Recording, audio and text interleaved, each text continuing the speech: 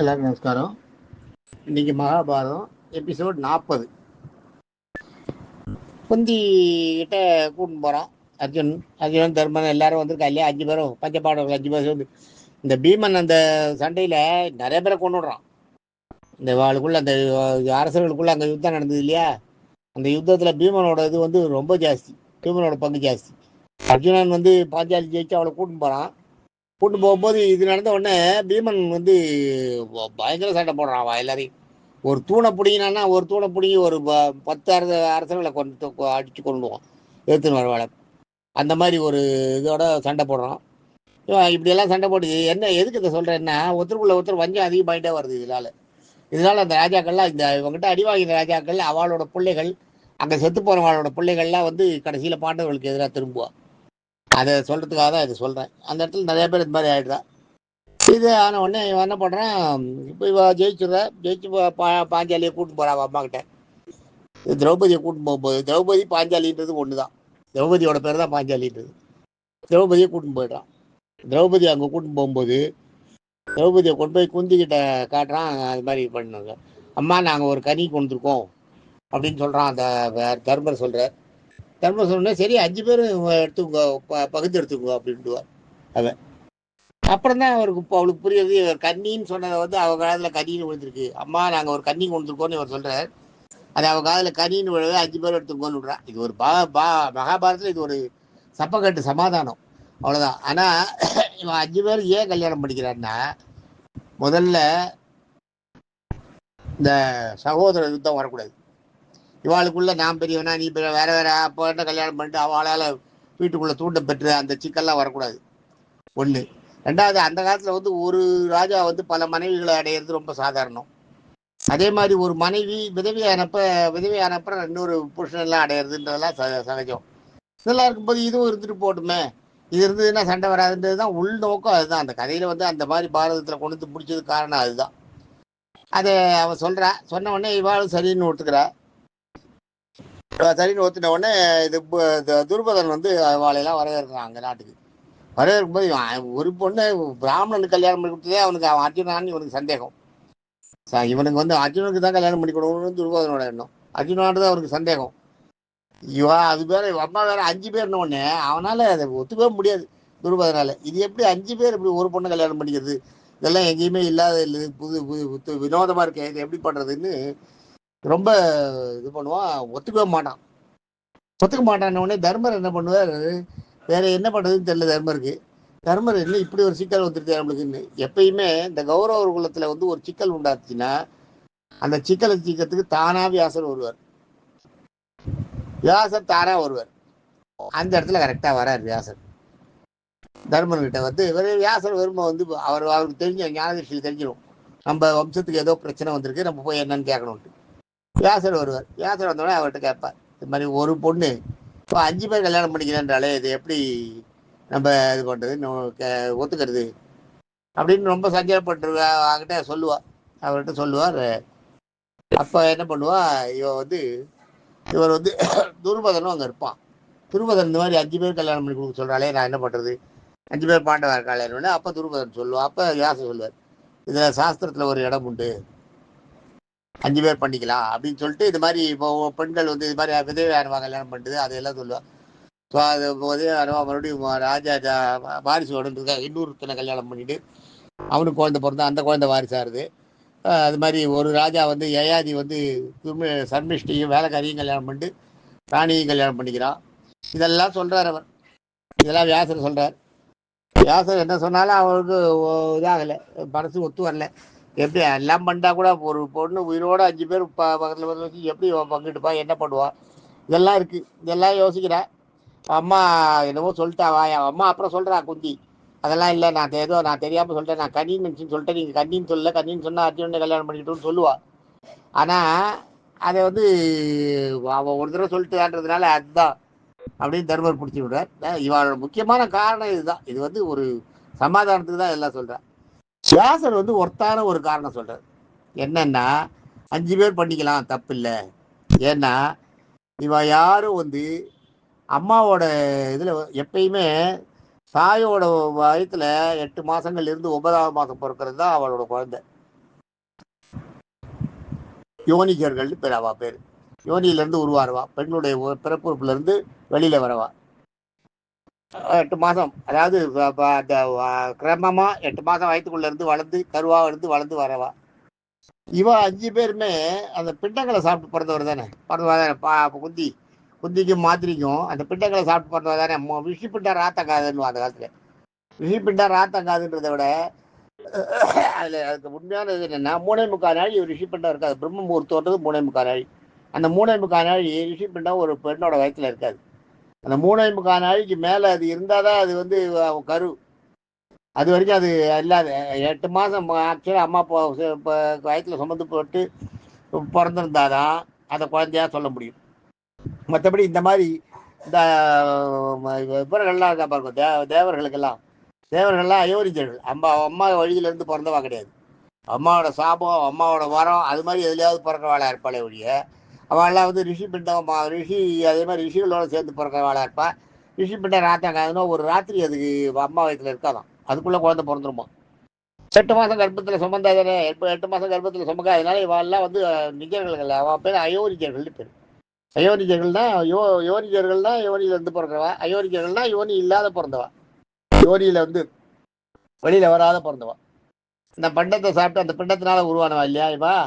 அதெல்லாம் அதனால யோனி வழியாக தான் வந்திருப்பா. ஆனால் ராத்தங்கலை ரிஷி பிண்டம் ஒரு ராத்திரி கூட தங்கலை, அதுக்குள்ளே வயிற்றுல கரு உருவாகி வெளியே வந்துட்டு.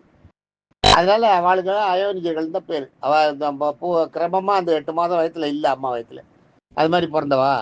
இதை வியாசர் சொல்லுவார் துருபதனுக்கு. அதனால இவள் வந்து இவெல்லாம் அயோனிஜர்கள். அயோனிஜர்களுக்கு அதெல்லாம் கிடையாது.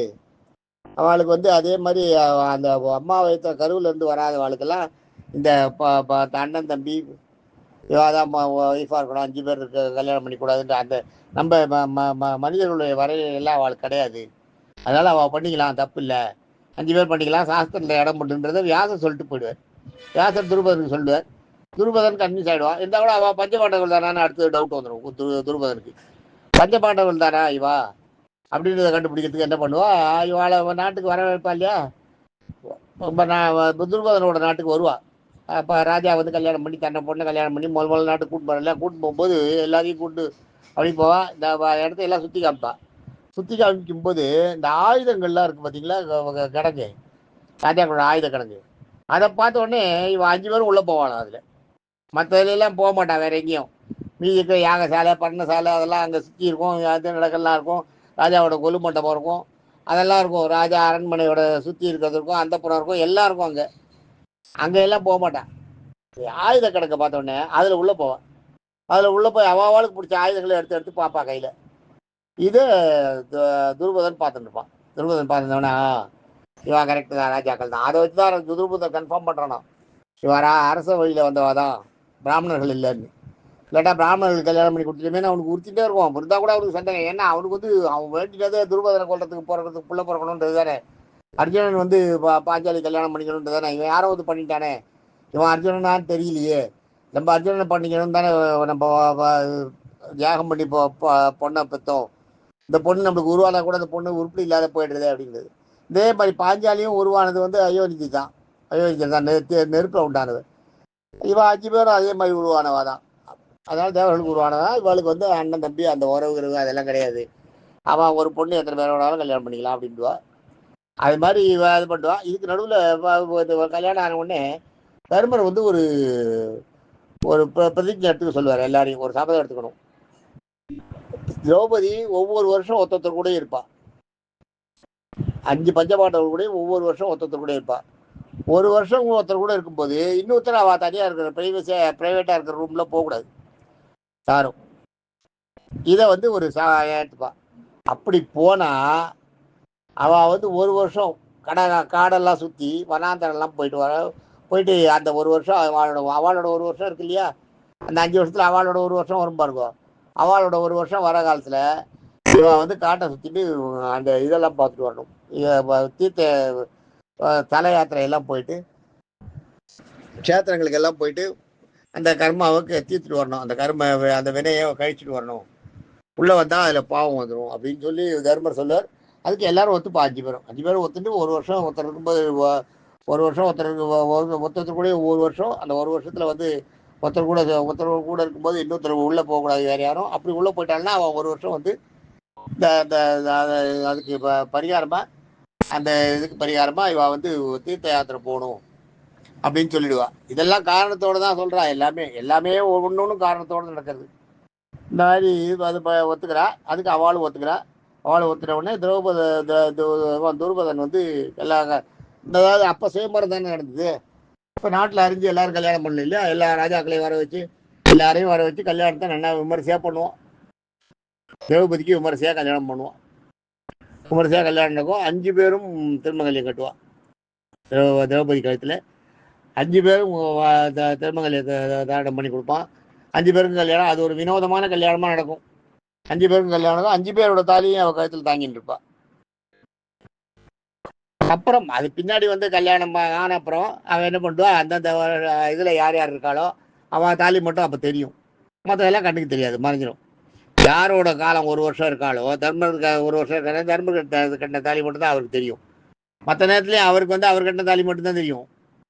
மீதி கட்டவாள் தான் அவள் கண்ணிலேருந்து மறைஞ்சிடும். ஏன்னா அவளுக்கு ஒரு உறுத்தல் இருக்கக்கூடாது இல்லையா, அதுக்காக மறைஞ்சிடும். ஆனால் திரௌபதிக்கு மட்டும்தான் அந்த 5 பேரோட தாலியும் கண்ணுக்கு தெரியும். அவன் மட்டும்தான் அதை வந்து கரெக்டாக இது பண்ணுவாள். அதே மாதிரி ஒருத்தர் பீமன் கட்டினா பீமனோட அந்த 1 வருஷம் வரும்போது பீமனோட தாலி மட்டும்தான் தெரியும். மீதி நாளும் பீமனோட கண்ணுக்கு தெரியாது, மற்றவா கண்ணுக்கு தெரியாது. மீதி நாளும் மறைஞ்சிருக்கும். அவாவா கட்டின தாலி மட்டும்தான் அவாவா கண்ணுக்கு தெரியும். ஆக இப்படியாக அந்த கல்யாணம் நடக்கிறது. இந்த கல்யாணம் ரொம்ப நாள் விமர்சையாக நடக்கிறது. திரௌபதனுக்கு இந்த சந்தேகம்லாம் தெரிஞ்சு போகிறது, பஞ்ச பாண்டவர்கள் தான். அதை வந்து அவளே வாய் தந்து சொல்லிடுறா. அப்புறம் நாங்கள் பஞ்ச பாண்டவர்கள் தான், நாங்கள் தப்பிச்சு வந்தோம் அரக்கு மாளிகையிலேருந்து, எங்களை இது பண்ணான்னு. அப்போ துருபதனுக்கு சந்தோஷமாயிடுது. அர்ஜுனன் மாப்பிள்ளை ஆகிட்டான், நினச்ச காரியம் நடக்க போகிறதுன்றது மனசுக்குள்ளே. அது வெளியில் சொல்லலை. அவன் திரோணரை கொள்றதுக்காக பிறந்தான்னு சொல்லலை. துருபதன்கிட்ட இது திருஷ்டேச்சும்னன்கிட்ட மட்டும் சொல்லுவான், உன்னை யாகம் பண்ணி பெற்றதே உன்னை வந்து துரியோதனை கொல்லணுன்றதுக்காக தான், இது துரோணரை கொல்றதுக்காக தான். துரோணர் இப்படியெல்லாம் என்ன பண்ணாரு. துரோணருக்குள்ளே அவனுக்கு இருக்கிற அந்த வஞ்சம் இருக்கு இல்லையா, அந்த விரோதத்தை வளர்த்தே வச்சுருப்பான். அந்த குரோதத்தை துரோணர் மேலே மட்டும் துரோணரை பார்த்த உடனே ஆகாது மாதிரி ஒரு இது பண்ணி வச்சுருப்பான். துரோணன் தான் அவருக்கு ஆச்சாரியர் கிருஷ்ணகிருஷ்ணன். இருந்தால் கூட அப்பாவோட பாசம் அதிகமாக இருக்கும். அப்பா சொன்னதெல்லாம் சொல்லுவான், அவர் பண்ணதெல்லாம். அதே மாதிரி அவர்கிட்ட வித்தை கற்றுக்கும் போது அவன் நிறையா அவர்கிட்ட தெரிஞ்சுப்பான், அவரோட ஹிஸ்ட்ரியெல்லாம் தெரிஞ்சுப்பான். தெரிஞ்சுட்டு துரோணர் மறந்துடுவார். ஆனால் அவன் மனசில் வச்சுருப்பான், நம்ம அப்பாவை எப்படியெல்லாம் என்னை அவமானப்படுத்தினான்றதை அவன் சொல்லி திருஷ்டகிருஷ்ணனுக்கு சொல்லுவான். என்னை இப்படி அவமானப்படுத்தினான், என்னை இப்படி அவமானப்படுத்தினான்றதை சொல்லி அவனுக்கு வந்து மனசில் வந்து வெறிய ஏற்றுவான். ஆக திருஷ்டகிருஷ்ணன் துரோணர்கிட்ட தான் வித்தையெல்லாம் கற்றுக்கிறான். இருந்தாலும் துரோணரை கொல்றதுக்கு அவன் ரெடியாக இருக்கான். துரோணர் எந்த நேரம் ஆனாலும் நான் துரோணரை கொள்வேன், எங்கள் அப்பாவோட இது சாபத்தை தீர்க்கறதுக்காக, எங்கள் அப்பாவோட சாபத்தை நிறைவேற்ற வகையில் நான் வந்து துரோணரை கொள்வேன்னு அதை மனசில் வச்சுட்டு அவன் இருக்கான். இது எப்படியா இருக்கா. இதுக்குள்ளே என்ன பண்ணுறார், மறுபடியும் இதெல்லாம் முடிஞ்ச உடனே பாஞ்சாலி தேசத்துக்கு போகிறான். இது அஸ்தினாபுரத்துக்கு போகிறான். இந்த கல்யாணம் முடிஞ்சு பாஞ்சாலி தேசத்தில் எல்லாம் முடிஞ்சு பாஞ்சாலி எல்லாம் கூப்பிட்டு எல்லாரையும் கொண்டு அஸ்தினாபுரத்துக்கு போகிறான். அஸ்தினாபுரத்துக்கு போகும்போது அவன் என்ன பண்ணுவான், ஒரு இது ஃபார்ம் பண்ணுவான், ஒரு போட்டி ஒன்று வைப்பான். அதுக்கு முன்னாடியே ஒரு நாட்டுக்குள்ளே வந்து என்னென்னா, அந்த அர்ஜுனன் எல்லா வித்தையும் கற்றுட்டுருக்கான் இல்லையா, துரோணரோட கற்றுக் கொடுத்த வித்தையெல்லாம் எல்லாரும் கற்றுட்டுருக்கான். எல்லாரும் அவளோட வித்தைகளை எல்லாம் காட்டலாம், அவளெல்லாம் கற்று ஒரு விளையாட்டு போட்ட மாதிரி அதுவும் உண்டு. எப்பயும் குருகுலத்துக்கு போயிட்டு வந்த உடனே அவள் யார் யாருக்கு என்னென்ன வித்தை தெரியுன்றதெல்லாம் காட்டலாம். காட்டுறதுக்கு அவளோட வித்தைகளை ஜனங்களுக்கு காட்டுறதுக்கு ஏதோ ஒரு ஆரவாரத்துக்காக எல்லாத்தையும் பண்ணி இது பண்ணுவாள். அது மாதிரி ஒருத்தரையும் எல்லாரும் வந்து பீமன் வந்து அவனுடைய கதை பயிற்சியோட வித்தையை காட்டுவான். கதை வித்தையை காட்ட உடனே எல்லாரும் மறந்து போயிடுவான். அப்படி கதையில் அவ்வளோ ஒரு இது பண்ணுவான். வாள் வித்தையை காட்டுவான். இவன் நகுலன் வாழால் எப்படி இது பண்ண முடியும்னு. சகாதேவனும் வில் வித்தையை காட்டுவான், அவனால் வில்லெல்லாம் எப்படியெல்லாம் ஹேண்டில் பண்ண முடியும்னு. 2வது சகாதேவனுக்கு வந்து முக்காலமும் தெரியும். அதான் சொன்னேன் இல்லையா, முதல்ல ஒருத்தனை சொல்லியிருக்கேன், அது பாண்டுவோட பணத்தை வச்சுட்டு போகும்போது அந்த விரலை எடுத்து சாப்பிட்றான். மகாபாரதம் மகாதேவன் சாப்பிட்றான். அது சொல்லியிருக்கேன் இல்லையா, சொன்ன மாதிரி தான் இருக்குது. இருந்தாலும் சொன்னேன், இப்பயும் சொல்கிறேன். பாண்டு செத்து போன உடனே அவனோட உடம்பு எரிக்கிறதுக்கு மனசு இல்லாத அப்படியே வச்சுட்டு இருப்பான். ஏன்னா அம்மா மாதிரி செத்து போகிறேங்கிறான். அதுக்கு அவளுக்கு ஒத்துக்கலை, அதுக்காக வச்சுட்டுருக்கா. கிருஷ்ணன் தான் வந்து அதை கெடுக்கிறார், இதெல்லாம் பண்ணக்கூடாது, இது மாதிரிலாம் நீங்கள் வந்து மாதிரியை வந்து இது பண்ணிடணும், அவளையெல்லாம் நீங்கள் அப்பாவை டிஸ்போஸ் பண்ணிடணும் அப்படின்னு. கிருஷ்ணன் அந்த பஞ்சவாடர்களுக்கு சொல்லி கிருஷ்ணன் கூட்டு போற பாண்டுவோட உடம்ப எரிக்கிறதுக்கு கொண்டு போற அப்பதான் பாண்டவர்கள் அறிமுகம் வராரா கிருஷ்ணனுக்கு. அப்புறம் அதை தான் அவர் அங்க சொல்றார், இவன் தான் அர்ஜுனன்னு பாலராமனுக்கு அந்த சுயம்பரத்துல காமிச்சு கொடுக்குறார். கிருஷ்ணன் வந்து இவன் தான் அர்ஜுனன், இவன் தான் பலராமன், இவன் தான் பீஷ்மர், இவன் தான் நகுலன், சகாதேவன், தர்மன், எல்லாரையும் 5 பேரையும் காட்டுற 5 பஞ்சபாண்டவர்களையா பிராமண வேஷத்துல இருக்கிற பஞ்சபாண்டவர்களை காமிச்சு கிருஷ்ணன் சொல்றாரு. அது அங்க பாக்குறாரு. ஆனா முதல்ல வந்து இங்கதான் வந்து என்ன பண்றாரு, நீங்க இதெல்லாம் பண்ணக்கூடாதுன்னு சொல்லுவார். சொன்ன உடனே எல்லாரும் என்ன பண்ணுவோம், சரி படத்தை எவ்வளவு நாள் வச்சுருக்கிறது எரிச்சிடலான்ட்டு அப்பதான் கொண்டு போய் எரிக்கிறதுக்கு போயிட்டு அந்த சுள்ளி அதை பொறிக்கிறது எரிக்கிறதுக்கு நம்ம வேற எல்லாம் எடுத்துடலாம், வா 5 பேர் போகலான்னு போவா. 5 பேர் வாங்க, சகாதேவன் அங்கே இது வச்சுட்டு காவல் வச்சுட்டு போவா. சகாதேவன் என்ன பண்ணுவோம், அப்பா சொல்லியிருந்தாலேன்னு ஒரு விரலை கட்டி சாட்டுவோம் அவரோட விரலை. அப்பா முதலே சொல்லிப்பா, நான் செத்துட்டேன்னா என்னோட பணத்தை வந்து எரிக்கலாம் பண்ணாதீங்க, 5 பேர் பிச்சு சாப்பிட்ருவோம், சாப்பிட்டீங்கன்னா நீ உங்களுக்கு ஞானங்கள்லாம் கிடைக்கும் அப்படின்னு சொல்லிட்டு தான் பாண்டு சாவான். ஆனால் சகாதேவன் எடுத்து அது, ஆனால் கிருஷ்ணன் தான் வந்து அதை கெடுக்கிறார். இவாளுக்கு எல்லாம் தெரியக்கூடாது, எல்லாம் பெரிய இதுவாகிட்டு கிருஷ்ணன் மெதுவாக எல்லாரையும் கொண்டு போயிட்டு பாண்டவர்களை போது அவரோட எய்ம் என்னென்னா பாண்டவரை பாண்டுவை எரிச்சுட்டு தான் போகணும்னு பாண்டுவை எரிக்கிறார். பாண்டுவை எரிக்கிறதுக்கு அவர் போகும்போது தான் அந்த விறகு எடுக்கிறதுக்கு போகிறார். விறகு எடுக்கிறதுக்கு போனால் அங்கே சொல்லியெல்லாம் ஒடிச்சுட்டு வரும்போது எல்லா தலையிலையும் கட்டு இருக்கும். கிருஷ்ணன் தலையில் மட்டும் கட்டு தலைக்கு அந்த விறகு கட்டுக்கு நடுவில் ஒரு கேப் இருக்கும். எல்லாம் கொண்டு வச்சிருவா, எரிஞ்சிருவா, எல்லாத்தையும் கொண்டு வச்சா பாண்டு எல்லாம் எரிச்சு எல்லாம் முடிச்சிருவா. எல்லாம் முடிச்ச உடனே சகாதேவன் கிருஷ்ணர்கிட்ட கேட்பான், எனக்கு ஒரு சந்தேகம், எனக்கு ஒரு நிவர்த்தி பண்ணணும். என்ன சொல்லு சகாதேவன். சொன்ன உடனே இது மாதிரி நீ சொல்லிக்கட்டு எடுத்துட்டு வந்தப்ப உன் தலைக்கு மேலே இருந்தது சொல்லிக்கட்டு, தலையோட ஒட்டி இல்லையா, சிலையை தாண்டி இருந்தது, தலைக்கு மேலே இருந்தது, உன் தலையில படாமல் இருந்தது, ஏன் அப்படி எப்படி வந்ததுன்னு கேட்பார். கேட்கும்போது தான் கிருஷ்ணனுக்கு புரியும், ஆஹா இவன் என்ன ஞானமாயிருக்கான், இவனுக்கு ஞானம் கிடைச்சிருக்கு, இவனுக்கு எப்படி அந்த அந்த இது கண் பார்வை கிடைச்சிது, அப்பா இதை சாப்பிட்ருக்கான் அப்படின்றது. எப்பயுமே செத்து போனவளோட உடம்ப பிள்ளைகளை சாப்பிட சொல்லுவாள். பிள்ளைகள் சாப்பிட்டா அவளுக்கு அந்த ஞானம் கிடைக்குமா. அதே தான் சகுனிக்கும் பண்ணுறார். சுபலன் என்ன பண்ணுறான், சாகும்போது தன்னுடைய கட்டை வரலை ஒடிச்சு கொடுத்து அந்த இதை கொடுத்து அதை வந்து தாயக்கட்டையில் வச்சுக்கோ, நீ சொன்னதை எல்லாம் நீ என்ன கேட்குறியோ அந்த நம்பர் விழுணுவான். அதை வச்சுருந்தா அந்த பாரதத்தில் கடைசியில் தர்மர் கொடுத்த அந்த தாயம் விளையாடி சூது விளையாடி ஜெயிக்கிறது, அதில் வச்சுருந்தா ஜெயிக்கிறது. அந்த தாயக்கட்டையில் வந்து உள்ளே வந்து அவன் அப்பாவோட விரல் எலும்பை வச்சுருப்பான். அதே மாதிரி இப்போ கூட பார்த்தீங்கன்னா குழந்தை பிறந்த உடனே பார்த்தீங்கன்னா அந்த தொப்புள் கொடி இருக்கு பாருங்க, தொப்புள் கொடியை கட் பண்ணி எடுத்து அந்த ஒரு பித்தளை இது மாதிரி இருக்கும், காப்பு மாதிரி இருக்கும், அதுக்குள்ளே சொருகி அதுக்குள்ளே நுழைச்சி எடுத்து வச்சு இடுப்பை கட்டி விடுவா. பார்த்துருக்கீங்களா? அறிஞான் கயிற்றுல கட்டியிருப்பான். ஒரு இது மாதிரி இருக்கும், அந்த உள்ள ஒரு ஒரு நீட்டமாக ஒரு குச்சி மாதிரி ஒரு கோடு மாதிரி அதுக்குள்ளே அந்த இதை வச்சுருப்பான், அந்த ஸ்டெம் செல்லை வச்சுருப்பான், அந்த குழந்தையோட தொப்புள் கொடியை வச்சுருப்பான். அதான் அது அது அது அந்த அந்த அப்போ பழக்கம் தான் இப்பையும். அது என்னென்னா அவளோட அந்த உறவு இருந்ததுன்னா அந்த பிள்ளைக்கு வந்து அவன் அப்பாவோட அந்த குணங்கள்லாம் வரும், அந்த அப்பாவோட அந்த அதீத சக்தியெல்லாம் கிடைக்கும். இவருக்கும் அதுதாங்க கிடைச்சது. சுபலனுக்கும் அது மாதிரி பண்ணி சகுனி கிடச்சிது. சகுனி அதை வச்சுட்டு இருக்கான், சரியான நேரம் பார்த்து யூஸ் பண்ணணுன்னு. யாருக்குமே தெரியாது, இது சகுனியோட பிளானே யாருக்கும் தெரியாது. சகுனி அடுத்து கெடுக்கிறதுன்றது சகுனி, அதுலேருந்து அடுத்து கெடுக்கிறதுன்றது எப்படின்ற ஒரு வித்தையே வந்தது. அதுக்கு முன்னாடி கூட இருந்து கெடுக்கிறதுன்றது கிடையாது. சண்டை விரோதம் குரோதம்லாம் தான் இருக்குமே ஒழிய கூட இருந்து அடுத்து கெடுக்கிறதுன்னு நண்பனா பழகி கெடுத்துட்டு போறதுன்றது வந்து அப்பா சகுனி தான் ஆரம்பிச்சிச்சு. அதே மாதிரி அவன் பண்றான். சகுனி பண்ணும்போது இவரும் அந்த ஒரு பெரிய இதுக்கு ஏற்பாடு பண்றான், விளையாட்டுக்கு. இந்த விளையாட்டை பத்தி நாளைக்கு சொல்றேன். தேங்க்யூ.